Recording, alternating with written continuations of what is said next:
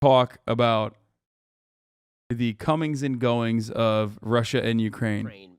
There, I mean, not just seems to me, it's pretty obvious. There are no good options. When deterrence fails, there are no good options anymore. And the grave failure of the West was that we spent 30 years basically thinking that bad people are not bad people if we talk to them strong enough, and if we negotiate with them, or if we ignore. Like, what's your suggestion, Ben?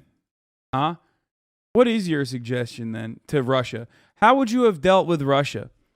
How would you have dealt with Russia differently? I love these guys, man. They're so awesome. They're like, the reason why Russia is invading Ukraine is because we didn't talk to the bad people like they were bad people. We talked to them like they were good people. Awesome. Yeah.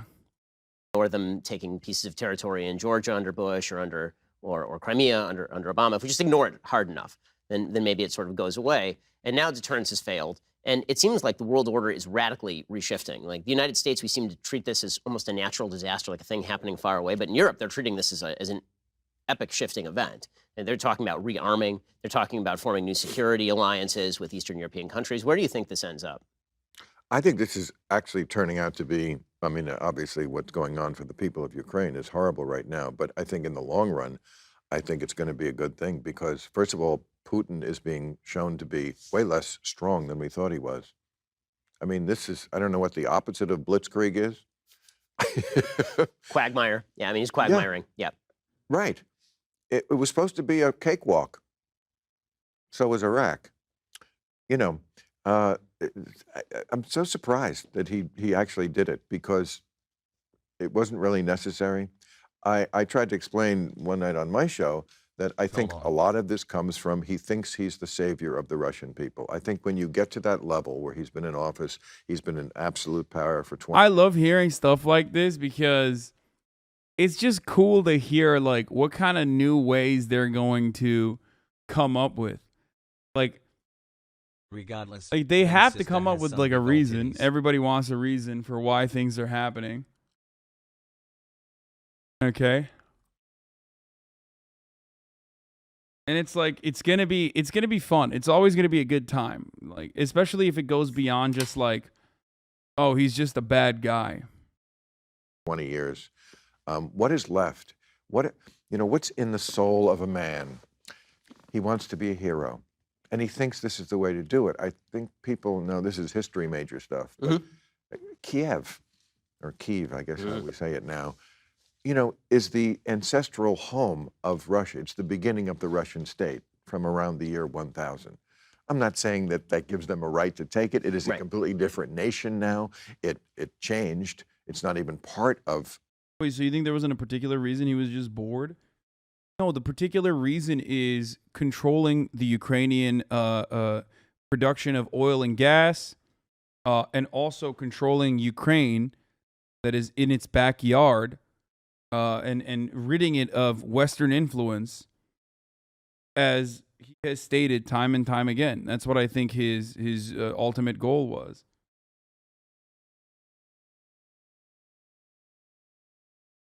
Numerous other reasons on top of that. When he says, listen, when Vladimir Putin says like Ukraine and Russia are one people, they're one people, they're one people. That's the add additional justifications for people listening at home. But liberals usually look to that and go, unmistakably, that's the name one Jewish person. Yo, do you even know a Jewish person? What the fuck does this even have to do with Jewish people, what I'm talking about right now? Is it because you saw me fucking shit on Ben Shapiro and immediately you're like, oh, dude, you must hate Jews? Like, my fucking podcast co-host is Jewish, dude. What the fuck? My most regular guest on this broadcast is such a stupid thing to defend, by the way. But my podcast co-host, I'm gay and I hate gay jokes.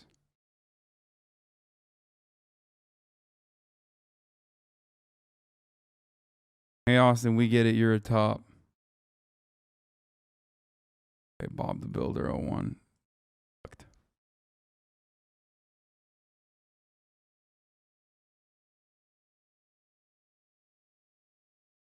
friend is Jewish and he has a black friend. Yeah, I know. Whenever you mention that, that's a defeating argument. Like, you can just easily be like, oh, wow, look at him naming Jewish people now. Well, I mean, he requested it. But there's always a financial, materialist component and a real reason as to why countries, governments, people behave the way that they do. Okay? And then they add ideological seasoning to their actions. Or they add, spiritual reasoning to their actions. Whatever it takes to sell the idea. Russia anymore, but that is, and I think that's what is in his mind, is I'm going to reclaim this. Yes, the Russian state moved to Moscow, but it's almost similar to the way Kosovo. I mean, when Milosevic started the Balkan Wars, it was all about, the year was 1989. It was the 600th anniversary. In that part of the world, that's like yesterday. That's so foreign to the way Americans think. But it was 1389. There's this battle in Kosovo, which again, not even part of Serbia anymore, but it was the ancestral home of Serbia, and we got to get it back. And this, I think, is what Putin wants. That is what he thinks in his mind. And what he's finding out is that not only the Ukrainian people hate him for doing this, but the Russian people hate him for doing this. They're like, are you crazy? This is not the world we live in anymore. We're on TikTok now. We can see dogs getting shot and families being torn apart and things blown up, and we're a modern country. Wait, what? Dogs getting shot? That's what... Dude, white liberal brain damage. First thing that comes to mind is dogs being shot, dude. I love that. Sorry. Country or trying to be one. Look at what are you doing? So I think it's just going to turn out horribly for Russia. The question I was going to ask you is, do you think it was the right thing to not only keep NATO going after the Soviet Union fell, but to encroach right up to Russia's borders? Because a lot of people don't. And yes. I don't. I actually do think that, I think that, here's the thing. If you are going to make overtures to a nation that they should try to join NATO and then not back it up, that's the worst thing you could do. So we took sort of the worst path with Ukraine. We were encouraging them, maybe you'll join NATO, maybe you won't. Wait a minute. What the fuck? Uh-oh. Is this a good take alert? What's happening? Join NATO. If you make an overture, maybe we'll consider it. And so that leaves them in an incredibly vulnerable spot, because we're basically saying to them, but he's like, dude, you're a neocon, brother. There's no fucking shot. Unless I guess maybe he just feels like you can do that to smaller nations, but you can't do that to Russia. That you have to make overtures to us, and meanwhile Russia's on your eastern border, and so Russia's looking at that, going, no, we're not gonna do this at all. If we had wanted, if you're gonna make a move, make it strong. In other words, if you're gonna have Ukraine join NATO, make Ukraine join NATO, and you make sure that they have the armaments necessary to defend themselves, and you have a mutual alliance pact. If you're an independent armed nation, by the way, right now, like to me, the one long-lasting ramification of this that's incredible. No, by the way, no. He took the other side of that argument, where he said, you should have made Ukraine join NATO immediately and arm them, and that you should arm every other country as well and make them join NATO as well, is what he's saying. Never mind. Incredibly dangerous. If you're a non-aligned nation right now, you don't have a mutual defense guarantee with either China or Russia or the United States. How fast are you looking for a nuclear weapon right now? I mean, you are looking like hell for a nuclear weapon. Fuck. Okay, I'm back in. He's right. And you should. Weapon right now, because you don't want to be in a conventional war with a major power. Seems like Ben Shapiro has been watching the Hasanabi broadcast. That is straight out of a that is literally just in the Hasanabi doctrine. He just repeated the Hasanabi doctrine. Come on, dude. But that's not what I'm asking you. I'm asking you 30 years ago. Yes. 1991. Mm-hmm. Okay. What should we have done then? The Soviet Union fell. NATO was formed specifically to counter the Soviet Union and communism, which now was no more. Why keep that alliance going? Why not? I hate that they're not having a bad conversation about this. This is like shocking, making me upset. God damn it, dude. What the fuck? Invite Russia at that moment. Boris Yeltsin took over, right? invite them. You're one of us now, as opposed to keeping this organization going past the point where it had. Well, that was the overtures were made. They just said, lol, no, obviously not. The entire point of NATO is the fuck Russia pact. A reason to be going. I mean, the question is whether you really thought that Russia. Tom, why are you so nasty to people? I'm a fucking nasty freak, dude. Your first comment in here, brother. What's going on? You haven't even seen the nastiness if you think that I'm being nasty. Oh no, is agreeing with someone you don't like? No, I agree with people I Russia don't was like. going to be and develop toward being a friendly nation to the West or not. If you were a skeptical, but that caused them not to be. I mean, I wonder if that's the case. I mean, Jesus Christ, this is some Bill Maher, like the people were brave for flying the planes type take right here. Well, we'll never know. But if they had disbanded NATO and said, "Look, we're all capitalist countries now. We're not fighting communism anymore, and we're not fighting the Soviet Union because it doesn't exist. So we should stop having this organization which treats you like the enemy and bring you in." So I disagree to one extent, which is that you'll notice that there are a bunch of nations that Putin has attempted to invade. Not one of them is a member of NATO. So I think Latvia, Lithuania, and Estonia would all be Russia right now if we'd gotten rid of NATO. I mean, Finland has been bordering Russia since 1949 as a member of NATO. All of these nations. Okay. Wait, as a member of NATO? Wait, what? Wait, he just making shit up. Like, he literally, did he just realize that, like, Finland's existence kind of destroys what he meant with, like, Latvia and shit? So he had to just lie about it and be like, Finland's been there since 1949 as a NATO member nation. That's just a lie. You just straight up made that up. It's 2022 and Finland is still not a part of NATO. And also Finland's existence as a neutral country up until this point kind of disproves Ben Shapiro's theory, which is part of the reason why he's saying they'd 100%. Finland is not part of NATO, but he's right about the Baltic states. They'd 100% be part of Russia if they were not NATO right now. I mean, dude, I hate to admit this, but it's 100% yes, they would. They literally would. There would be some kind of fucking Russian pact or ones that have existed that would absolutely add the Baltic states into it. Straight up. They would. 100%.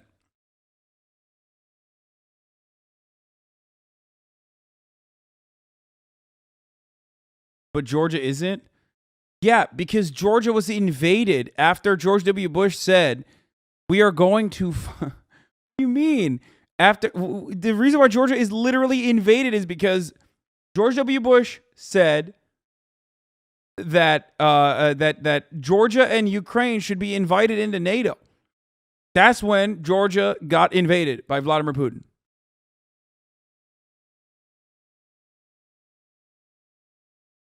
Extent, which is that you'll notice that there are a bunch of nations that Putin has attempted to invade. Not one of them is a member of NATO. So I think Latvia, Lithuania, and So should NATO exist? I'm confused. No, I don't think NATO should exist. I think in the absence of NATO, I mean, this is like literally we're doing complete fucking revisionist history here. If NATO wasn't built, if the Marshall Plan was implemented exclusively not for influential gain amongst Western European states, but exclusively to rebuild Europe for no reason other than just rebuilding Europe. If the USSR was allowed to continue its dominance, if the USSR was allowed to influence and offer material support to communist parties all around Europe, and NATO was not used as a counterbalance against that to quite literally do right-wing terror in many nations, and there was a collective security agreement that the USSR was also a part of, we would be living in a very different world.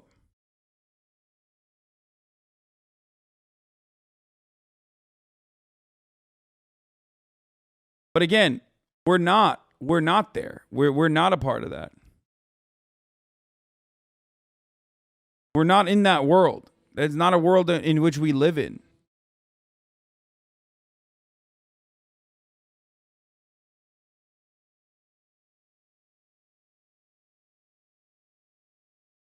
The reason why NATO was built was for the express purpose of America utilizing European nations in a collective capacity against the USSR. They were terrified of communism winning. They were terrified of socialist communists who won the fucking resistance war within Europe from gaining prominence. If there are three separate factions, when you have the fascists and you have the communists and you have the liberal capitalists, okay? The feckless liberal capitalists, specifically led by the American feckless liberal capitalists, were able to utilize successfully in post-World War II the fascist militancy against the communists, even though the communists themselves were actively a part of the resistance and were able to purge the fascist forces within Europe. This is what happened time and time again in every fucking European country. This was done also with the help of NATO. Kind of a commie take, to be honest. I mean, yeah. It is a commie take.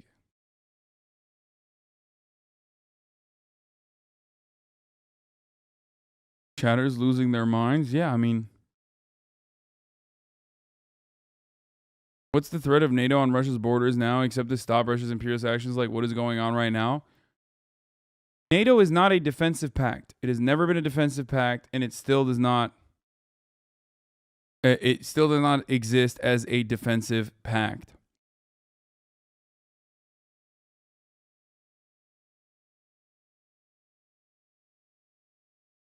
NATO has been utilized in the past to engage in America's efforts to do imperialism. It's basically yet another way for America's protection racket to continue.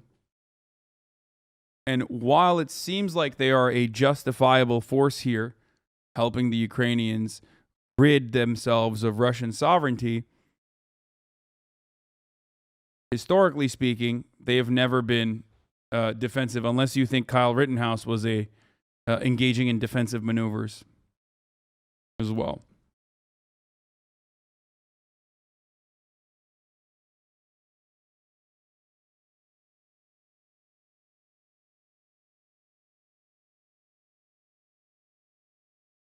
Estonia would all be Russia right now if we'd gotten rid of NATO.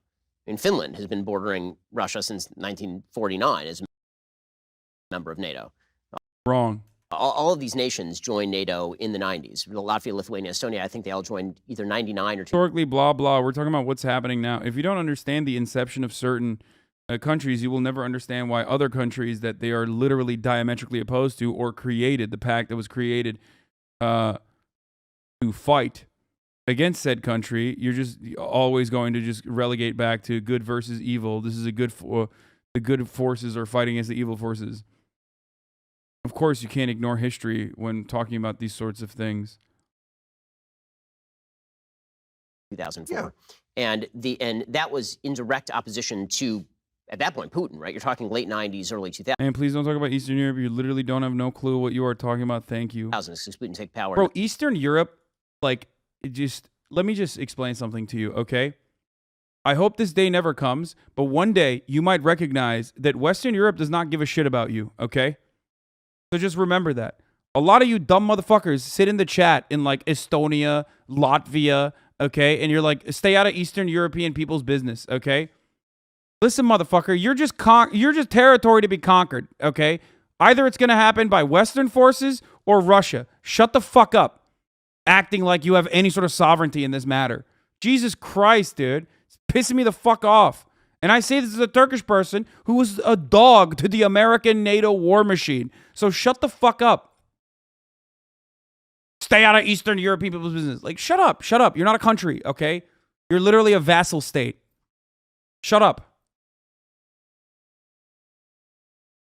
So fucking annoying.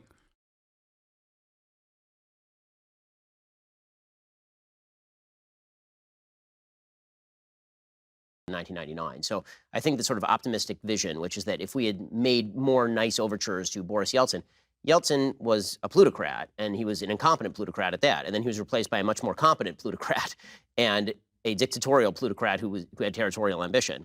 And so I tend to be much more, hawkish in terms of not trusting other nations to spin on a dime and suddenly become our friends. And so the Well, it idea worked that with Japan. Very compassionate of you to just tell them to shut up. It's just so fucking annoying that they like come in here and like they're like, oh, dude, you don't know anything. Like, I get it, dude. I get why you're afraid of Russia. Okay, I understand that. I do. But shut the fuck up. Like, this is not about you. Okay, it's not.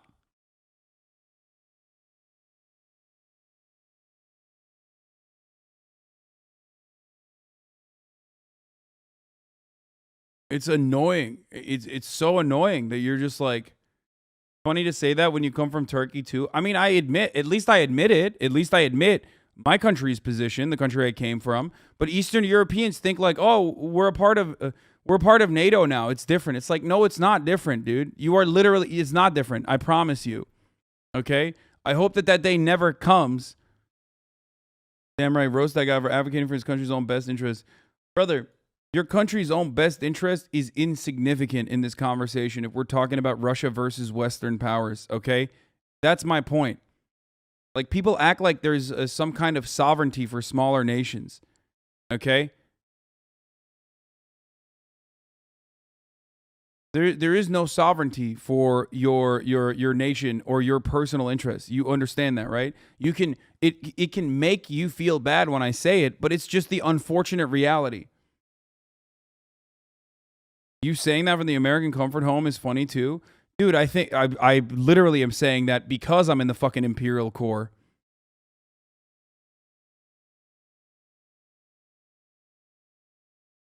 If there was any sort of sovereignty or sanctity or security consideration for Ukraine, then there would be a no-fly zone implemented over Ukraine. There would be a fucking nuclear holocaust right now, potentially. But there isn't one. Do we see anything but just Javelin missiles being shipped in? Do you see a single American boot inside of Ukrainian borders? That's what the Ukrainians want. Ukrainians are living through World War III right now.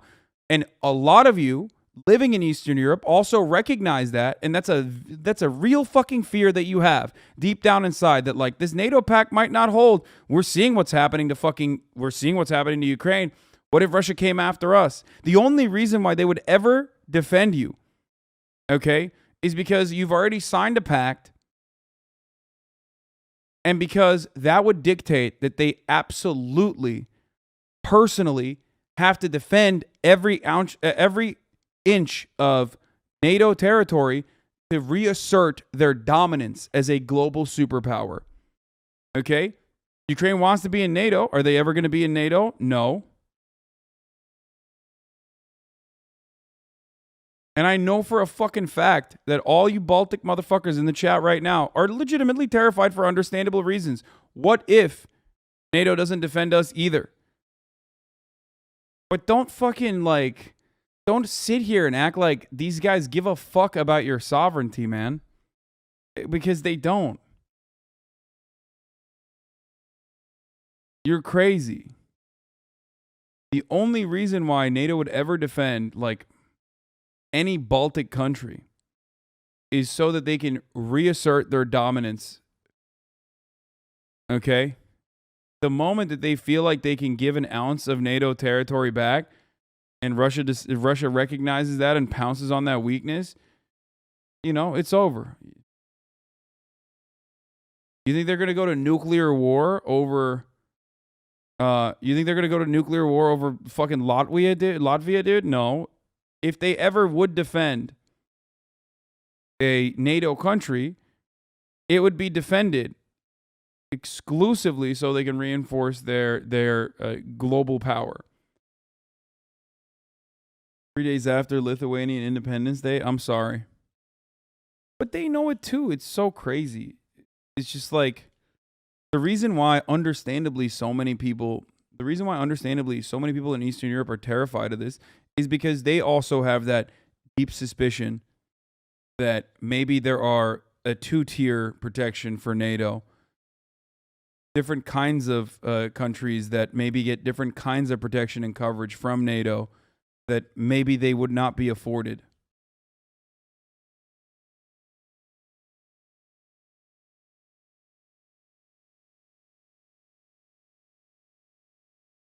That's why they get so fucking heated when you're like, dude, you have no sovereignty. You have no play in this conversation. Your sovereignty only extends as far beyond as like your national leadership is interested in getting guns from America. The moment, like, if you think, now this obviously would never happen, but if you think like tomorrow, the Lithuanian people decided like, oh, we want complete sovereignty. We don't want to be part of NATO. We want to neutralize with Russia. You think NATO would allow that to happen? I fucking doubt it. Or even if they were like, okay, you're no longer a part of Russia. I mean, you're no longer a part of NATO. You're now a part of fucking Russia. They would literally do everything in their power to fucking reduce you to rubble. Yeah. Someone said NATO doesn't even defend Greece from Turkey, who are both its members. I mean, again, don't compare NATO. Don't look at what Turkey does in NATO. Turkey is fucking insane, okay? Turkey is in a league of its own. I'm not saying that as a Turkish person. Turkey is also actively in conflict with France doing a proxy war in Libya currently, and also in Greece as well. So Turkey is in a unique predicament always.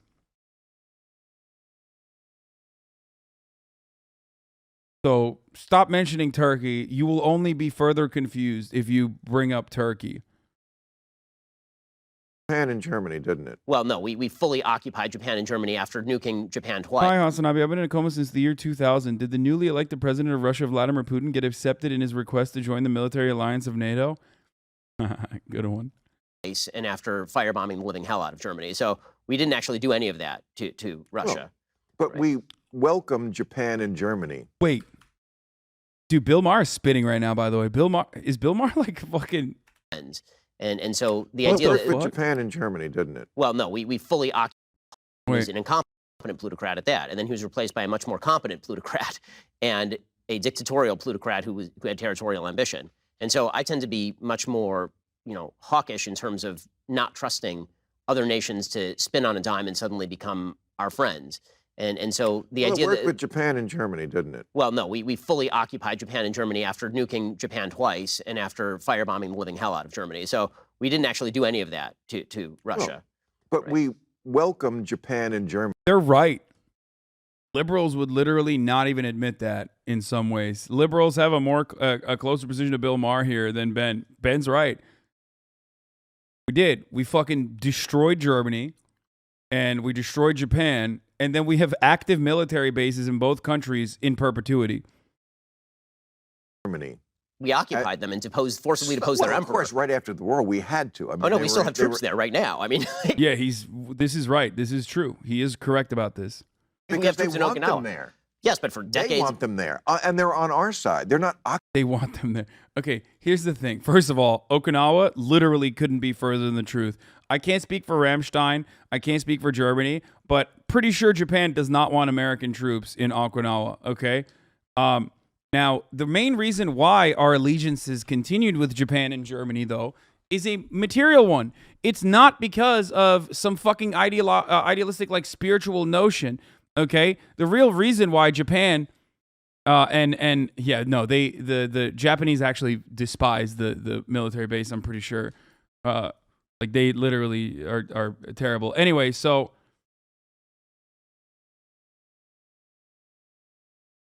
but part of it is because one, a lot of money was given to these countries after we fucking reduced them to rubble. And two, they're in a trade partnership now. Like it's good business. That's the real reason. Trade is the real reason why these countries can work alongside one another, and not necessarily because like they are ideologically libtards now or some shit.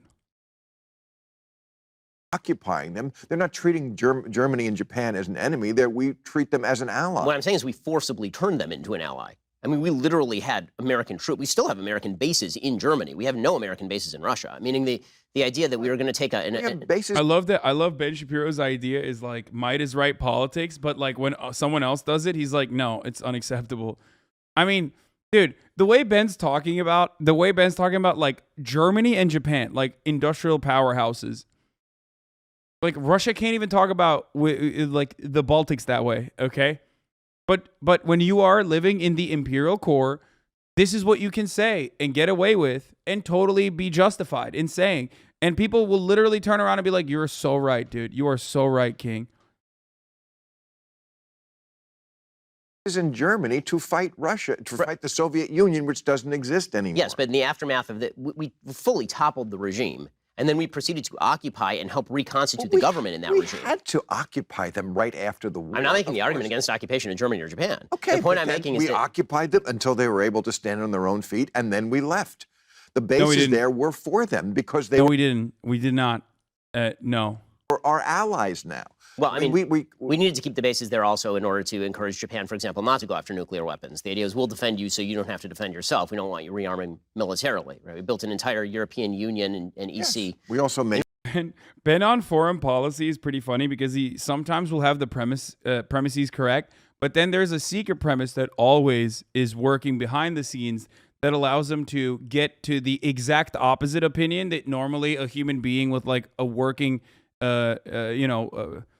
working part of their brain that allows them to feel empathetic thoughts would arrive at. And that part, of course, is the racism puzzle piece or the American exceptionalism puzzle piece that literally just always, he's just like, we had to occupy them. And then we stopped, and then we did trade relationships. And the real reason why, we can't ever have an alliance with Russia in a similar capacity is because we don't have a military base in Russia. It's like, dude, that's not the only way that you can fucking do allegiances with countries, okay? Like, you don't have to straight up have a military base in these countries to be able to work with them. In order to keep Germany down, right? That also was made the emperor go on the radio and admit he wasn't a god. Right. So I mean, so there's try to make that speak. There's a really good book by a woman whose name escapes me right now. It's called Secondhand Time, won the Nobel Prize a few years back, and it was an oral history of Russians talking about the Soviet Union post-Russia. So it's just her interviewing a bunch of people who are standing around in 2000 talking about what the Soviet Union was like. And there's one particular interview that's really striking where she's talking to an old Soviet who had been imprisoned, tortured in Lubyanka by the KGB, who'd had friends and family members shot by the KGB, and ended up, or the GRB at the time, and ended up, GRU at the time, and ended up in World War II seeing a person who'd tortured him. And the person looked at him and said, "We're both Russian." And he says, "I don't understand the world I'm living in. My kids want Levi's and they want radios. Why can't we have that Russian greatness back?" And I think the biggest mistake the West makes generally, and this is true with Russia today, it's true with China as well, is that we tend to think that everybody wants the same things that we want. They want material well-being. They want longer lives. They want their kids to go to good schools. Wait, what does China and Russians want? That's not that. On a fundamental level, unfortunately, I think that that's not always true. I think that... What? Bro, what is he saying right now? Bro, what is he fucking saying? Stop. Understand the world and the person looked at him and said, "We're both Russian." And he says, "I don't understand the world I'm living in. My kids want Levi's and they want radios. Why can't we have that Russian greatness back?" And I think the biggest mistake the West makes generally, and this is true with Russia today, it's true with China as well, is that we tend to think that everybody wants the same things that we want. They want material well-being. They want longer lives. They want their kids to go to good schools. On a fundamental level, unfortunately, I think that that's not always true. I think that there are a lot of people who want... George Orwell wrote this about Hitler in 1940. He said, one of the reasons Hitler's successful is because what Hitler realizes is something that we in the West don't, which is we say we want a washing machine and we want a nice radio. What Hitler understands is sometimes people want blood, struggle, toil, and tears. Yeah. And if they don't want that, then it takes them a while to realize that the cost of that is too high. And maybe that's what we're seeing right now in Ukraine. We can hope is that the Russian people are beginning to realize. The Russian people, by the way, 5 years ago were polled about Stalin, and 70% of whom said, "Good guy." That maybe they're starting to realize. What? Dude, he went to like 11 different places with this. I don't even know where to begin. Okay, just unhinged ramblings. Is he trying to say that people in Russia and China don't actually want comfort, safety, and security?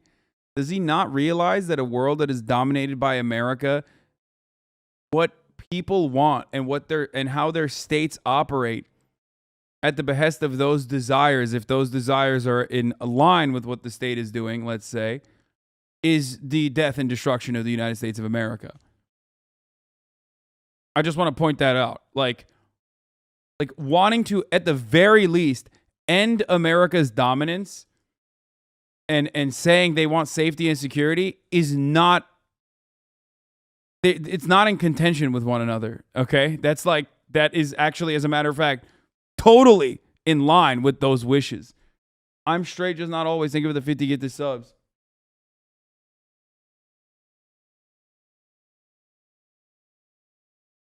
I just want to point that out really quickly, okay? I want people to understand.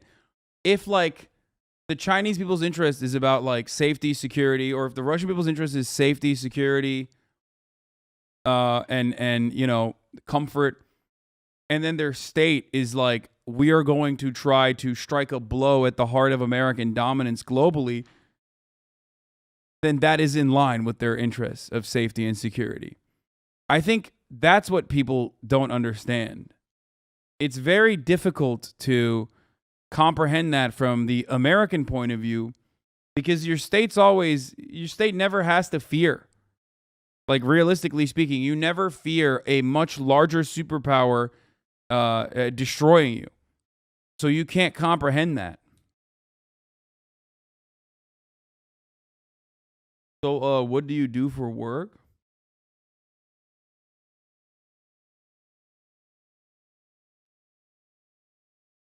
This. There are too many.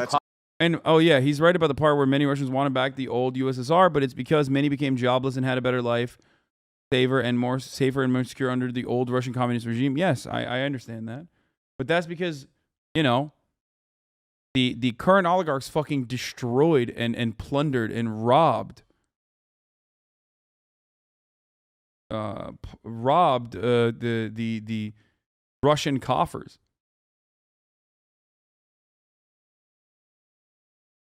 Cost to Poll this. he took.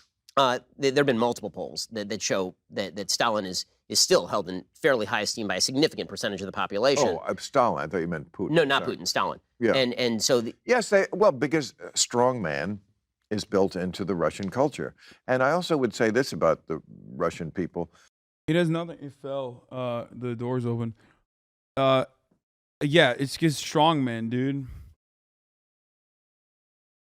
Wait, Americans are afraid of being invaded all the time. Hollywood built an entire industry around Americans being afraid of everything. Yeah, but it's not a realistic fear. Like, if you think as an American you have a fear of your safety and security, you've never, I mean, I know you're not American, you're Australian, but Korean, but Americans don't have a fear, a legitimate fear of their safety and security in a way that even like a regional territorial power like a Turkish person could have fear of.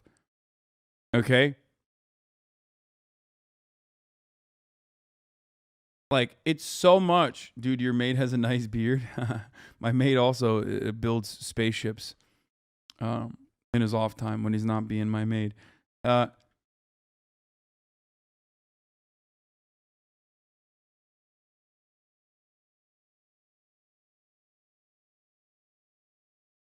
Americans are so devoid of like legitimate fear of a larger superpower dominating it that we create our own boogeymen to be afraid of. Like, we consider people coming across the board to find a better future for themselves to be an invasion. Like, that is literally the height of luxury, dog. In comparison to the, you know, people in the Baltics that I was shitting on earlier. Like, those people, they have some legitimate fears. Being dominated is in their shared history.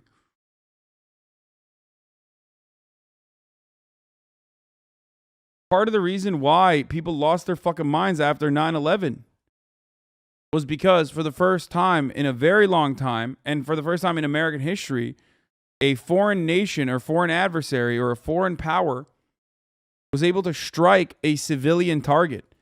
If you've lived anywhere else, you've seen civilian strikes, you know, happen regularly. Even in Europe, that's happened regularly. You know who has done that, by the way? I don't know, if four-letter treaty organization, whatever you want to call it, had something to do with some civilian strikes happening. But, Americans will just not ever feel that. You can't have communism for as long as they had it, and it's a little like being from a broken home and then being abused as a child. Communism was so evil. I mean, what it did to the psyche, the cynicism that it incurred in people, that you're not going to get over that in just a generation. I think it's a very cynical country, a very cynical mentality there. And, when I hear people nowadays, fact-free, talking about how, a lot of, if you look at Gen Z, it's like a lot of them think, oh, maybe communism, be good to give that another try. They just don't understand. Because they have this idea in their head that if something happened before they were alive, what does it matter? It didn't really happen. It's like, but stuff did happen. Stuff did happen. I know you weren't around for it, but Yeah, a lot of stuff happened, We did a lot of stuff on the capitalist side. it really did. And other people noticed it. And we learned that lesson. Communism doesn't work. I'm and straight, it makes just people not very always. Thank you cynical. for the Remember 10 that of the old joke they subs. had about we pretend to work and they pretend to pay us? That was the system. I mean, that's not going to go away overnight. You know what's not going away overnight? Fucking Red Scare propaganda in the mind of a boomer that is brain rotten like fucking Bill Maher.